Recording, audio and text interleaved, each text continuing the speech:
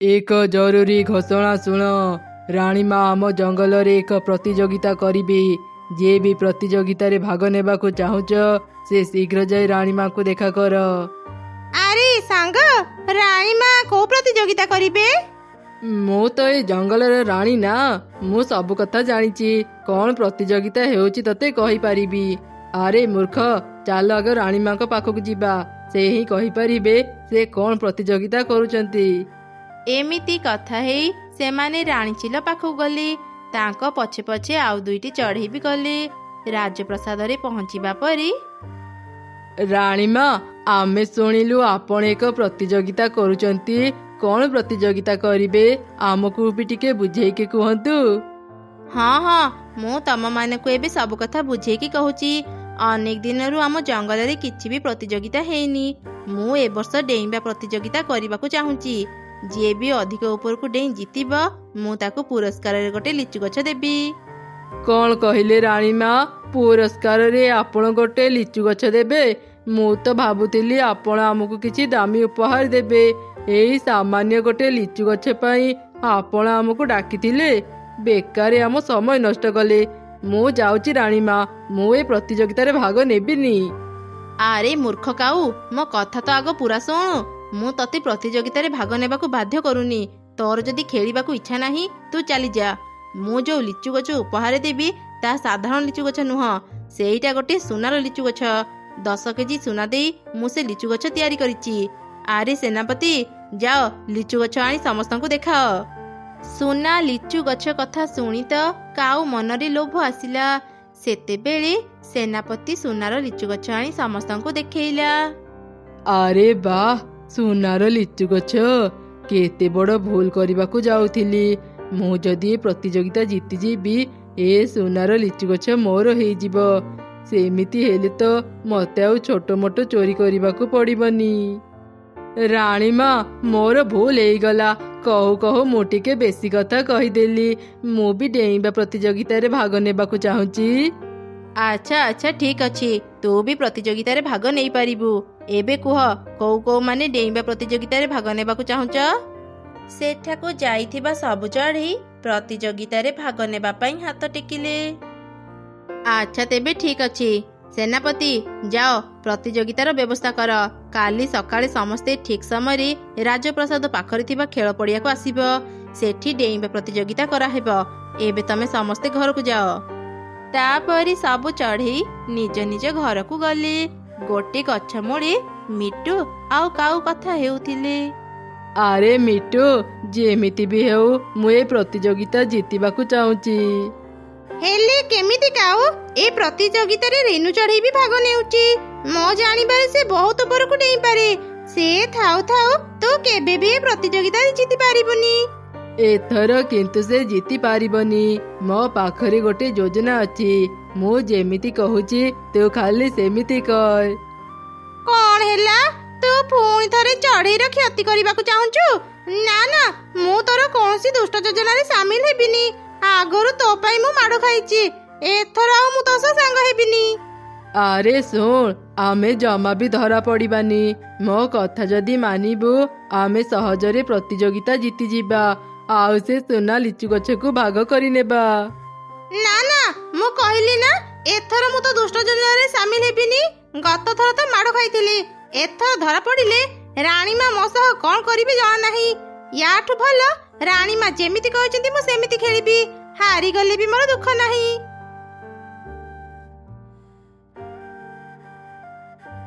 जा जा बोका मिटू, मो सह जदि थांतु अधा टंका पाई थांतु।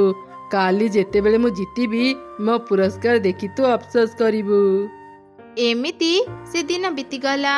परदिन सकाळे काऊ गोटे बोतल जूस रे निद औषध मिसेला। एबे समस्ते पाइबे मजा।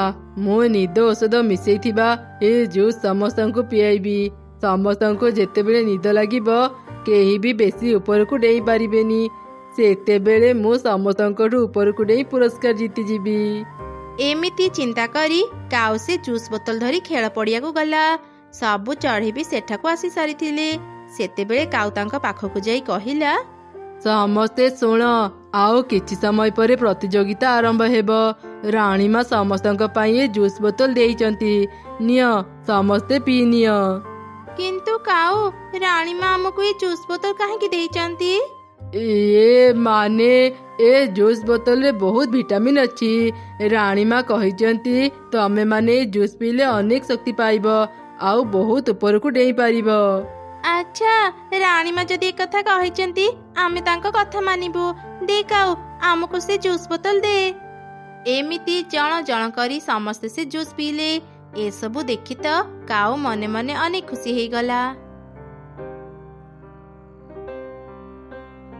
ତମେ ସମସ୍ତେ ରେଡି ନା? ମୁଁ ଯାହା ନାଁ ଡାକିବି ସେ ଆସି ଡେଇଁବ। ହଁ ହଁ, ଆମେ ସମସ୍ତେ ରେଡି ଅଛୁ। ଆପଣ ନାଁ ଡାକନ୍ତୁ। ସୁନେଲି, ପ୍ରଥମେ ତୁ ଆସେ। ସୁନେଲି ଚଢ଼େଇକୁ ନିଦ ଆସୁଥିଲା। ସେ ଧୀରେ ଧୀରେ ଦୌଡ଼ି ଡେଇଁବା ସମୟରେ ଶୋଇ ପଡ଼ିଲା। ଆରେ, ୟାର ପୁଣି କଣ ହେଲା? ରାଣୀମା, ମତେ ଲାଗୁଛି ସୁନେଲି ଚଢ଼େଇ ଶୋଇ ପଡ଼ିଲା। ସେ ବୋଧେ ରାତି ସାରା ଶୋଇନି, ସେଥିପାଇଁ ଖେଳ ମଝିରେ ଶୋଇ ପଡ଼ିଲା। ଶୋଇ ପଡ଼ିଲା ମାନେ? ଏଇଟା କଣ ଶୋଇବା ପ୍ରତିଯୋଗିତା? ଯା ଯା, ତାକୁ ସାଇଡ କରି ଆଉ ଜଣକୁ ଡାକେ।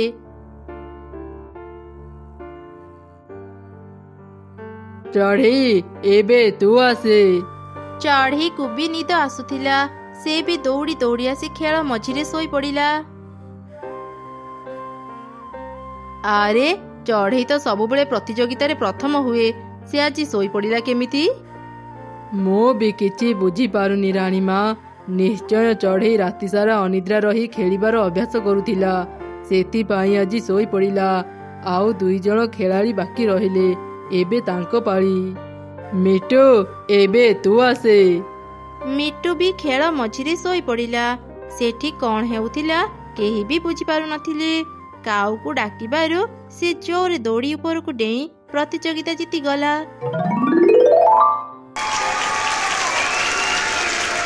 ବାଃ କାଉ ବାଃ, ତୁ ଆଜି ଏ ଖେଳ ଜିତିଗଲୁ। ଆଜ୍ଞା ରାଣୀମା, ମୁଁ ଦିନ ସାରା ଅଭ୍ୟାସ କରି ରାତିରେ ଶୋଇଥିଲି, ସେଥିପାଇଁ ତ ଏ ପ୍ରତିଯୋଗିତା ଜିତିଗଲି। ବହୁତ ଭଲ କରିଛୁ କାଉ। ଏ ଗଧଗୁଡ଼ାଙ୍କୁ ଦେଖେ, ରାତି ସାରା ଅଭ୍ୟାସ କରି ଏବେ କେମିତି ଶୋଇଛନ୍ତି। ଏବେ ତୁ ପୁରସ୍କାର ପାଇବୁ। ଏମିତି କହି ରାଣୀ ଚିଲ କାଉକୁ ସୁନା ଲିଚୁ ଗଛ ପୁରସ୍କାର ଦେଲା। କାଉ ସୁନା ଲିଚୁ ଗଛ ପାଇ ତ ମହା ଖୁସି ହେଇଗଲା। ସେପଟେ ମିଟୁ ହାଲକା ଆଖି ଖୋଲି ରାଣୀ ଚିଲକୁ କହିଲା, ରାଣୀମା, ରାଣୀମା, ମୋ କଥା ଟିକେ ଶୁଣନ୍ତୁ। କିଏ କିଏ ମତେ ଡାକୁଛ? ମୁଁ ମିଟୁ କଥା କହୁଛି ରାଣୀମା। କିରେ, ତମେ ମାନେ ଆଜି ମୋ ପ୍ରତିଯୋଗିତାକୁ ନଷ୍ଟ କରିଦେଲ। ସମସ୍ତେ ଖେଳ ମଝିରେ କାହିଁକି ଶୋଇଗଲ? ରାଣୀମା, ଆମେ ଜାଣି ଶୁଣି ଶୋଇନୁ। ଏ ଦୁଷ୍ଟ କାଉ ପାଇଁ ଆଜି ଆମର ଏମିତି ଅବସ୍ଥା। ମାନେ, ତୁ କଣ କହୁଛୁ? ରାଣୀମା, ପ୍ରତିଯୋଗିତା ଆଗ ଦିନ ମୁଁ ଆଉ କାଉ କଥା ହେଉଥିଲୁ। କାଉ କହୁଥିଲା ସେ ଏକ ଦୁଷ୍ଟ ଯୋଜନା ବନେଇଛି, ମତେ ବି ତା ସହ ସାଙ୍ଗ ହେବାକୁ କହୁଥିଲା। ହେଲେ ମୁଁ ତା କଥା ଶୁଣିଲିନି। ସେ ଆଜି ନିଶ୍ଚୟ କିଛି କରି ଆମ ସମସ୍ତଙ୍କୁ ଶୁଏଇ ଦେଇଛି। ହେଲେ କାଉ ତମ ମାନଙ୍କୁ କେମିତି ଶୁଏଇବ? ସେ ତ ଆରମ୍ଭରୁ ଏଇଠି ହିଁ ଅଛି। ରାଣୀମା, ମୋର ମନେ ପଡ଼ିଲା। ଖେଳ ଆରମ୍ଭ ହେବା ପୂର୍ବରୁ କାଉ ଆମକୁ ଗୋଟେ ଜୁସ୍ ବୋତଲ ଦେଇ କହିଲା ସେ ଜୁସ୍ ରେ ଭିଟାମିନ୍ ଅଛି। ଆପଣ ଆମ ସମସ୍ତଙ୍କ ପାଇଁ ସେ ଜୁସ୍ ପଠେଇଛନ୍ତି ଆଉ କହିଛନ୍ତି ଜୁସ୍ ପିଇ ଆମେ ଶକ୍ତିଶାଳୀ ହେବୁ ଆଉ ଭଲ ଭାବରେ ପ୍ରତିଯୋଗିତା ଖେଳି ପାରିବୁ। କାଉର କଥାକୁ ସତ ଭାବି ଆମେ ସମସ୍ତେ ସେ ଜୁସ୍ ପିଇଥିଲୁ। କାଉ ନିଶ୍ଚୟ ସେ ଜୁସ୍ ରେ କିଛି ମିଶେଇଥିଲା, ସେଥିପାଇଁ ଖେଳ ମଝିରେ ହିଁ ଆମେ ସମସ୍ତେ ଶୋଇ ପଡ଼ିଲୁ। ଆଚ୍ଛା ମିଟୁ, ତୁ ବି ତ ଜୁସ୍ ପିଇଥିଲୁ, ତାହେଲେ ତୁ ସମସ୍ତଙ୍କ ପରି ନ ଶୋଇ କେମିତି ଉଠିଲୁ? ରାଣୀମା, ମୁଁ ବେଶୀ ଜୁସ୍ ପିଇ ନଥିଲି, ଅଳ୍ପ ଟିକେ ପିଇ ରଖି ଦେଇଥିଲି, ସେଥିପାଇଁ ଶୀଘ୍ର ମୋ ନିଦ ଭାଙ୍ଗିଗଲା। ଆପଣ ଯଦି ମୋ କଥାକୁ ବିଶ୍ୱାସ କରୁନାହାନ୍ତି, ସେପଟେ ଦେଖନ୍ତୁ, ସେ ଜୁସ୍ ବୋତଲ ସେଠି ଅଛି। ଆପଣ ଜଣେ ସେନାପତିକୁ ସେ ପୁରା ଜୁସ୍ ପିଇବାକୁ କୁହନ୍ତୁ, ସତ କଥା ଆପଣ ଜାଣିପାରିବେ। ସେନାପତି ରାଜୁ, ତୋ ପାଖରେ ଯୋଉ ଜୁସ୍ ବୋତଲ ଅଛି, ତୁ ସେ ସବୁ ଜୁସ୍ ପିଇଲୁ? ଆଜ୍ଞା ରାଣୀମା, ମୁଁ ଏବେ ପିଉଛି। ଏମିତି କହି ସେ ସେନାପତି ଜୁସ୍ ପିଇଲା। ସେତେବେଳେ କାଉର ନଜର ତା ଉପରେ ପଡ଼ିଲା। ଆରେ ଆରେ, ଏ ସେନାପତି ଜୁସ୍ କାହିଁକି ପିଉଛି? ସେ ଜୁସ୍ ପିଇଲେ ତ ମୁଁ ଧରା ପଡ଼ିଯିବି। ସେନାପତି ଆଜ୍ଞା ରହି ଯାଆନ୍ତୁ, ସେ ଜୁସ୍ କୁ ପିଅନ୍ତୁନି, ସେଇଟା ଜୁସ୍ ନୁହଁ। ଜୁସ୍ ନୁହଁ ମାନେ ତୁ କଣ କହିବାକୁ ଚାହୁଁଛୁ କାଉ? ମାନେ ରାଣୀ ମା। କାଉର କଥା ସରୁ ସରୁ ହିଁ ସେନାପତି ସବୁ ଜୁସ୍ ପିଇଦେଲା। ରାଣୀ ମା, କେମିତିକା ଜୁସ୍? ମତେ ଭାରି ନିଦ ଲାଗୁଛି। ତାପରେ ସେନାପତି ଶୋଇ ପଡ଼ିଲା। ଏସବୁ ଦେଖି ତ ରାଣୀ ଚିଲ ଅନେକ ରାଗିଗଲା। ଭାବିଥିଲି କାଉ ତୁ ବଦଳି ଯାଇଥିବୁ, ହେଲେ ନା, ତୁ ଏଯାଏଁ ସୁଧୁରିନୁ। ତୁ କଣ ଭାବିଥିଲୁ ମୁଁ କିଛି ଜାଣିପାରିବିନି? ସମସ୍ତଙ୍କୁ ନିଦ ଔଷଧ ଦେଇ ତୁ ପ୍ରତିଯୋଗିତା ଜିତିଯିବୁ? ଆପଣ କଣ କହୁଛନ୍ତି ରାଣୀ ମା? ମୁଁ କିଛି ବୁଝିପାରୁନି। ଏବେ ସତ କଥା ମାନିଯା କାଉ। ଏବେ ଯଦି ମାନିଯିବୁ ମୁଁ ତତେ 2-3 ମାସ ଜେଲରେ ରଖି ଛାଡ଼ିଦେବି, କିନ୍ତୁ ଯଦି ନ ମାନିବୁ ମୁଁ ତତେ ଏବେ ହିଁ ମୃତ୍ୟୁଦଣ୍ଡ ଦେବି। ରାଣୀ ଚିଲର ଧମକ ଶୁଣି କାଉ ଖୁବ୍ ଡରିଗଲା, ଆଉ ସେ ସବୁ ସତ କଥା ମାନିଗଲା। ହେଲେ ରାଣୀ ମା, ଆପଣ ସବୁ କଥା କେମିତି ଜାଣିଲେ? ମତେ ସବୁ କଥା ମିଟୁ କହିଲା। ମିଟୁ ବେଶୀ ଜୁସ୍ ପିଇ ନଥିଲା ବୋଲି ସେ ଉଠି ମତେ ସବୁ ସତ କଥା କହିଦେଲା। ଭଲ ହେଲା କାଉ, ତୁ ତାକୁ ପାଣି ନ ଦେଇ ଜୁସ୍ ଦେଇଥିଲୁ। ଯଦି ତୁ ତାକୁ ପାଣି ଦେଇଥାନ୍ତୁ, ମିଟୁ ସବୁ ପାଣି ପିଇ ଦେଇଥାନ୍ତା।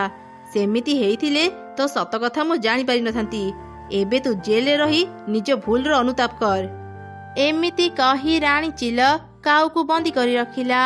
କାଉ ନିଜ ଭୁଲ ପାଇଁ ଅନୁତାପ କରୁଥିଲା। ତମେ କଣ କାମକୁ ଯାଉଛ? ମୁଁ ଗୋଟିଏ କଥା କହିବି, ମୋ ପାଇଁ ଆଣିଦେବ? ହଁ କହ, ତତେ କଣ ଦରକାର? ମୋର ଆଜି ଗୁପଚୁପ ଖାଇବାକୁ ଭାରି ଇଚ୍ଛା ହଉଛି। ତୁମେ ଯେତେବେଳେ କାମରୁ ଫେରିବ ମୋ ପାଇଁ ଗୁପଚୁପ ଆଣିଦେବ? ଆଚ୍ଛା, ତୁ ଗୁପଚୁପ ଖାଇବୁ ତ? ଠିକ ଅଛି, ମୁଁ କାମରୁ ଫେରିବା ସମୟରେ ତୋ ପାଇଁ ଗୁପଚୁପ ଆଣିଦେବି। ଆଉ କିଛି ଦିନ ପରେ ଆମ ଅଣ୍ଡାରୁ ଛୁଆ ବାହାରିବେ। ତୁ ଅଣ୍ଡା ସହ ନିଜର ବି ଧ୍ୟାନ ରଖ। ମୁଁ ଏବେ ଯାଉଛି। ଏମିତି କହି ବାପା ଚଢ଼େଇ କାମକୁ ଗଲା। ଦିନ ସାରା କାମ କରିବା ପରେ ସେ ଗୁପଚୁପ ଆଣିବା ପାଇଁ ବଜାରକୁ ଗଲା। ମିଟୁ ଭାଇ, ତୁମେ କଣ ଗୁପଚୁପ ବିକ୍ରି କରୁନ?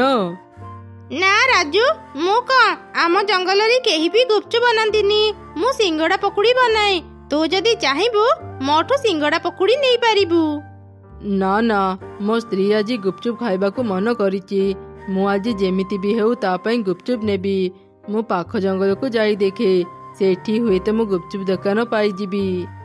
କିନ୍ତୁ ରାଜୁ, ପାଖ ଜଙ୍ଗଲକୁ ଯିବା ରାସ୍ତାରେ ଅନେକ ଶିକାରୀ ବୁଲନ୍ତି। ସେଠାକୁ ଗଲେ ତୁ ବିପଦରେ ପଡ଼ିପାରୁ। ଆରେ ନା, କିଛି ହେବନି। ଏବେ ସନ୍ଧ୍ୟା ସମୟ, ଏବେ ଶିକାରୀ ମାନେ ସେଠି ନଥିବେ। ମୁଁ ଶୀଘ୍ର ଯାଇ ଫେରିବାକୁ ଚେଷ୍ଟା କରିବି। ଏମିତି କହି ବାପା ଚଢ଼େଇ ପାଖ ଜଙ୍ଗଲକୁ ଗଲା। ସେ ସେଠାରୁ ଗୁପଚୁପ ନେଇ ଫେରିବା ସମୟରେ ଅନେକ ଥକିଗଲା। ଭାରି ଥକା ଲାଗିଲାଣି। କିଛି ସମୟ ଗଛ ମୂଳେ ବସି ଆରାମ କରେ, ତାପରେ ଘରକୁ ଯିବି। ତାପରେ ବାପା ଚଢ଼େଇ ସେ ଗଛ ମୂଳେ ବସି ଆରାମ କରୁଥିଲା। ସେହି ସମୟରେ ଗୋଟେ ଶିକାରୀ ତାକୁ ଦେଖି ତା ଉପରକୁ ତୀର ମାରିଲା। ତୀର ଯାଇ ବାପା ଚଢ଼େଇର ପେଟରେ ବାଜିଲା। ସଙ୍ଗେ ସଙ୍ଗେ ହିଁ ବାପା ଚଢ଼େଇର ଜୀବନ ଚାଲିଗଲା। ଏତେ ସମୟ ଅପେକ୍ଷା କଲା ପରେ ଯାଇ ଆଜି ଗୋଟେ ପକ୍ଷୀ ଧରି ପାରିଲି। ଏ ପକ୍ଷୀଟା ତ ଗୁପଚୁପ ନେଉଥିଲା। ଭଲ ହେଲା, ଅନେକ ଦିନ ହେଲାଣି ମୁଁ ଗୁପଚୁପ ଖାଇନି। ଆଗ ଗୁପଚୁପ ଖାଇନିଏ, ତାପରେ ପକ୍ଷୀଟାକୁ ନେଇଯିବି। ଏମିତି କହି ଶିକାରୀ ଗୁପଚୁପ ଖାଇଲା। ତାପରେ ସେ ବାପା ଚଢ଼େଇକୁ ନେଇ ସେଠାରୁ ଚାଲିଗଲା। ଏ ସବୁ ଘଟଣା ଦୂରରୁ ଗୋଟେ ଚଢ଼େଇ ଦେଖୁଥିଲା। ଆରେ ଏ ଦୁଷ୍ଟ ଶିକାରୀ ରାଜୁକୁ ମାରି ତା ସାଙ୍ଗରେ ନେଇଗଲା। ମୁଁ ଶୀଘ୍ର ଏକଥା ରିନୁକୁ କହିଦିଏ, ନହେଲେ ସେ ରାଜୁକୁ ଅପେକ୍ଷା କରି ରହିଥିବ। ନା, ଏମିତି ହେଇପାରିବନି। ମୋ ସ୍ୱାମୀ ମତେ ଛାଡ଼ି ଯାଇପାରିବେନି। ତୁମେ ମିଛ କହୁଛ। ତୁ ବିଶ୍ୱାସ ନ କଲେ ବି ଏକଥା ସତ। ରାଜୁ ଆଉ ଏ ଦୁନିଆରେ ନାହିଁ। ତୁ ଧୈର୍ଯ୍ୟ ଧରି ରହ। ମା ଚଢ଼େଇଟି କାନ୍ଦୁଥିଲା। ଏହିପରି ବେଶ କିଛି ଦିନ ବିତିଗଲା। ଚଢ଼େଇର ଅଣ୍ଡାରୁ ଛୁଆ ବାହାରିଲେ। ଘରେ ବେଶୀ ଖାଇବା ନାହିଁ। ମୋ ଛୁଆମାନଙ୍କୁ ଭୋକ ଲାଗିଲେ ମୁଁ ତାଙ୍କୁ କଣ ଖାଇବାକୁ ଦେବି? ମତେ ଶୀଘ୍ର କାମ ଖୋଜିବାକୁ ପଡ଼ିବ। ଆରେ ପିଲାମାନେ, ତମେମାନେ ଜମା ବି ବାହାରକୁ ଯିବନି। ମୁଁ କାମ ଖୋଜିବାକୁ ଯାଉଛି। ସନ୍ଧ୍ୟା ସୁଦ୍ଧା ଘରକୁ ଫେରି ଆସିବି। ଠିକ ଅଛି ମା, ଆମ ପାଇଁ ଚିନ୍ତା କରନି, ଆମେ ଘରୁ କୁଆଡେ ବି ଯିବୁନି।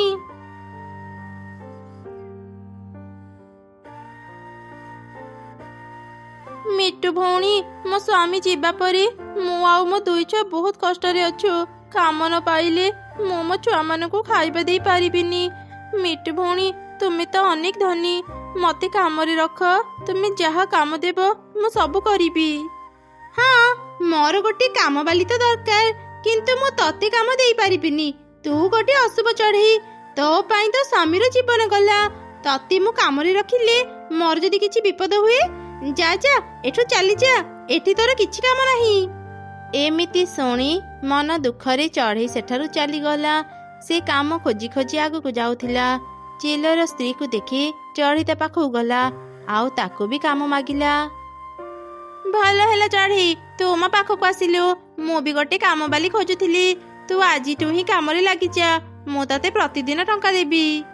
ତୁମକୁ ଅନେକ ଅନେକ ଧନ୍ୟବାଦ ଚିଲ ଦିଦି, ମୁଁ ଏବେ ହିଁ କାମ ଆରମ୍ଭ କରୁଛି। ଏମିତି ଚଢ଼େଇ କାମ ପାଇଲା। କିଛି ଦିନ ବିତିଗଲା। ଗୋଟେ ଦିନ ତା ମା ଘରକୁ ଆସିଲା। ମାରେ, ମୋ ଦେହ ଖରାପ ଥିଲା, ନହେଲେ କେବେଠୁ ତ ପାଖକୁ ଆସି ସାରନ୍ତିଣି। ମୁଁ ରାଜୁର ଖବର ଶୁଣିଲି। ତୁ ଏଠି ଆଉ ଏକୁଟିଆ ରହନି, ମୋ ସାଙ୍ଗରେ ମୋ ଘରକୁ ଚାଲେ। ଦୁଇ ଛୁଆଙ୍କୁ ଏକା ଛାଡ଼ି ତୁ କାମକୁ ଯାଉଛୁ। ମୋ ସାଙ୍ଗରେ ଗଲେ ତତେ କାମ କରିବାକୁ ପଡ଼ିବନି। ନାଇଁ ମା, ଏ ଘର ମୋ ସ୍ୱାମୀଙ୍କର, ମୁଁ ଏ ଘର ଛାଡ଼ି ଯିବିନି। ମୋ ପିଲାମାନେ ଏବେ ବଡ଼ ହେଲେଣି, ତାଙ୍କୁ ଘରେ ଏକା ଛାଡ଼ି କାମକୁ ଗଲେ ମୋର କିଛି ଅସୁବିଧା ହେଉନି। ତୁମେ ମୋ ପାଇଁ ବ୍ୟସ୍ତ ହୁଅନି, ମୁଁ ଭଲରେ ଅଛି। ମା, ଅନେକ ଦିନ ପରେ ମୋ ଘରକୁ ଆସିଛ, ଆଜି ଦିନଟା ମୋ ଘରେ ରହିଯାଅ। ନା ରେ ମା, ମୁଁ ବେଶୀ ସମୟ ଏଠି ରହିପାରିବିନି। ମୋର ଗୋଟେ ଫଳ ବଗିଚା ଅଛି। ମୁଁ ଘରକୁ ନଗଲେ ଚୋରମାନେ ମୋ ଫଳ ନେଇଯିବେ। କେବେ କିଛି ଦରକାର ହେଲେ ମୋ ପାଖକୁ ଆସିବୁ। ମୁଁ ଏବେ ଯାଉଛି। ତାପରେ ବୁଢ଼ୀ ଚଢ଼େଇ ସେଠାରୁ ଚାଲିଗଲା। ମା ଚଢ଼େଇ ବି ତାର ଦୁଇ ଛୁଆଙ୍କୁ ବୁଝେଇ କାମକୁ ଗଲା। ଏସବୁ ଦୂରରୁ ଗୋଟେ କାଉ ଦେଖୁଥିଲା। ଆରେ ବାଃ, ଏ ଘରେ ତାହେଲେ ଦୁଇଟି ଛୋଟ ଛୋଟ ଛୁଆ ଅଛନ୍ତି। ଏ ଜଙ୍ଗଲକୁ ଆସିବା ପରଠାରୁ ମୁଁ ଘର ବନେଇବା ପାଇଁ ଜାଗା ଖୋଜୁଥିଲି। ଏବେ ଲାଗୁଛି ଆଉ ଘର ଖୋଜିବାକୁ ପଡ଼ିବନି। ମୁଁ ଏ ଦୁଇ ଛୁଆଙ୍କୁ ଘରୁ ବାହାର କରି ଏ ଘରେ ରହିବି।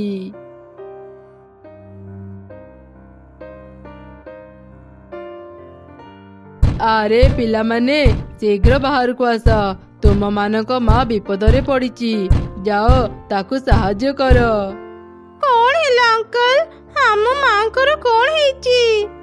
ତମ ମାନଙ୍କ ମା ଏ ଜଙ୍ଗଲର ବଡ଼ ବରଗଛ ପାଖରେ ଆହତ ଅବସ୍ଥାରେ ପଡ଼ିଛି। ଯାଅ ଯାଅ, ଶୀଘ୍ର ତା ପାଖକୁ ଯାଅ, ସେ ତମ ମାନଙ୍କୁ ହିଁ ଖୋଜୁଛି। ଏମିତି ଶୁଣି କାନ୍ଦି କାନ୍ଦି ଦୁଇ ଛୁଆ ସେ ବରଗଛ ପାଖକୁ ବାହାରିଲେ। କାଉ ମନ ଖୁସିରେ ଘର ଭିତରକୁ ଗଲା, ଆଉ କବାଟ ବନ୍ଦ କରି ଶୋଇଲା। ସେପଟେ